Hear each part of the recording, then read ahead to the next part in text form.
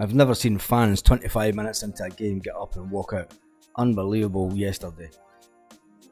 In today's Celtic FC news, we have Chris Commons, we have Chris Sutton, we have Ange Postecoglou, and Franz Alonso made a comment this weekend also about what happened to him with the headbutt. And then also, if you hadn't seen yesterday's video, check that out. I managed to get a quick word with the one and only Tomo.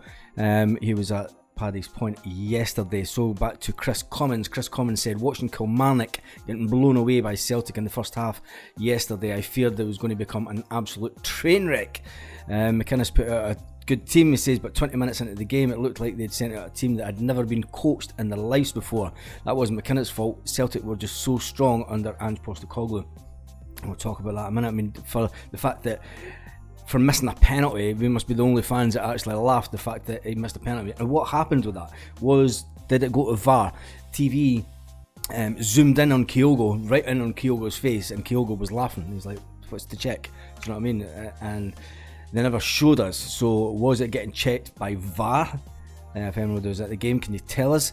McInnes also felt that he should have had a penalty. He says that O should have been, not a penalty, he felt that O should have been sent off after he tried to do that high kick.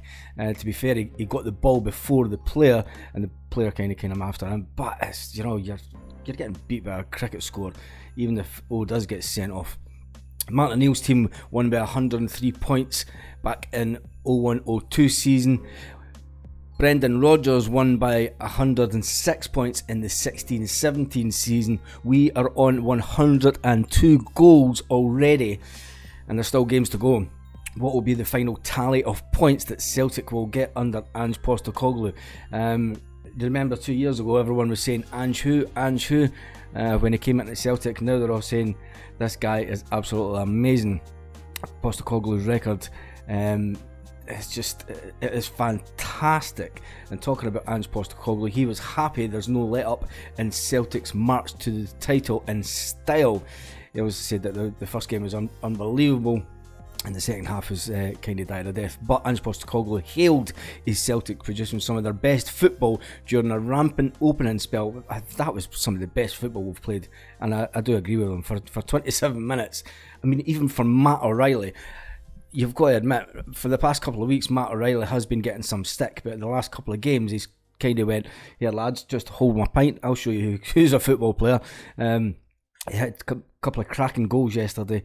Furuhashi misses the penalty. Postecoglou also brought on Yuki Kobayashi, Tomoki Awata, and said Haksabanovic. How do you feel Haksabanovic did?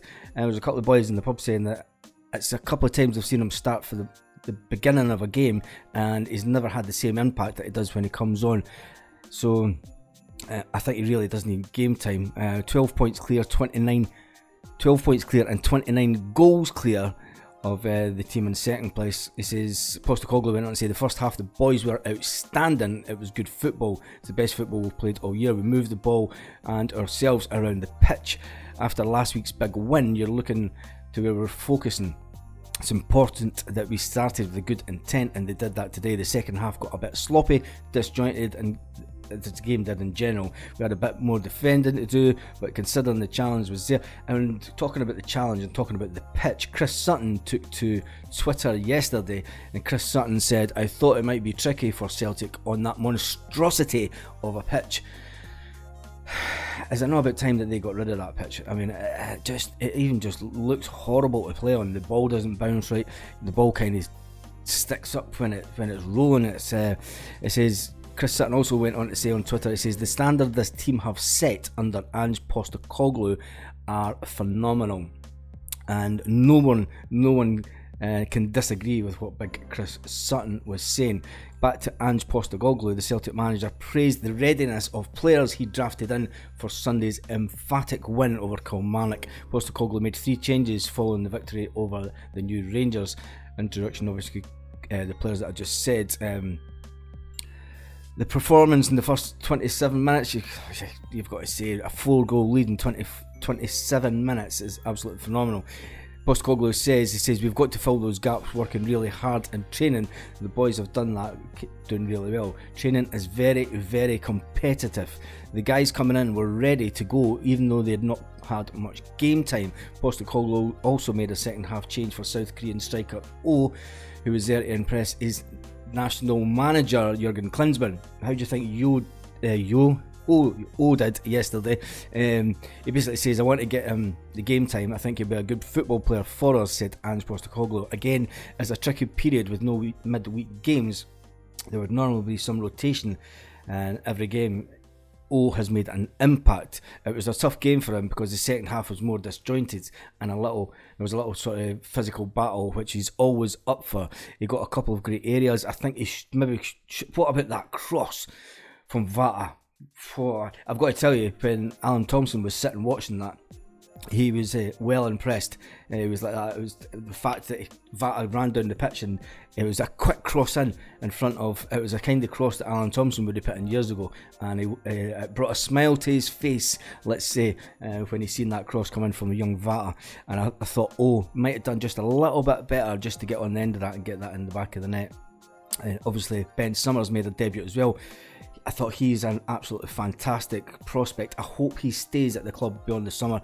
It's my understanding that his contract may be up at the end of the summer, and that's why Ange Postecoglou has been bringing these boys into the first team. So obviously building for the future, as he always does. He never stops. Postecoglou went on to say about the young players. It says, Ben, Rocco and Bosun Lawal have trained with us for quite a while. It's all about earning their opportunities. We've had a couple of people out and Rocco came in and did a good job. Ben has been really good in training and we're happy with his growth. He's not just a winger, he's getting some rewards, and he's getting his reward by getting into the team, and he's earned it. Talking about things, people that have earned things, did the Rangers women's coach deserve a 6-match ban, or did he deserve more? Franz Alonso has confirmed that he accepted an apology from Craig McPherson, speaking after his side won 4-2 at the weekend. Alonso says that he called to apologise to himself and Celtic. He says that himself and Celtic did nothing wrong. For me, that's all I wanted to hear, so I'm ready to move on. The Spaniard says that senior figures at Celtic have given them his support following recent events. He says the top CEO, the chairman and many of our directors called to express how proud they were of me, myself and the behaviour of my players. He says they wanted to express that they have his back whatever happens, and they probably turned around and went tonto coño, as they say in Spanish. And on that note, I think that's enough for today. Tell me what you thought about the game yesterday. Tell me what you thought about what did you think about Haksabanovic and his first start in a while? How do you think he fared?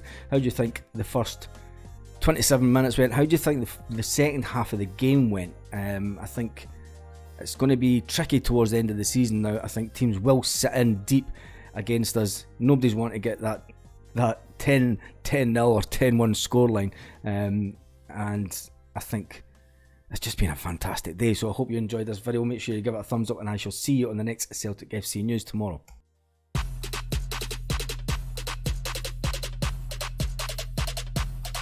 Roll up to the party, roll up to the party, roll up to the party.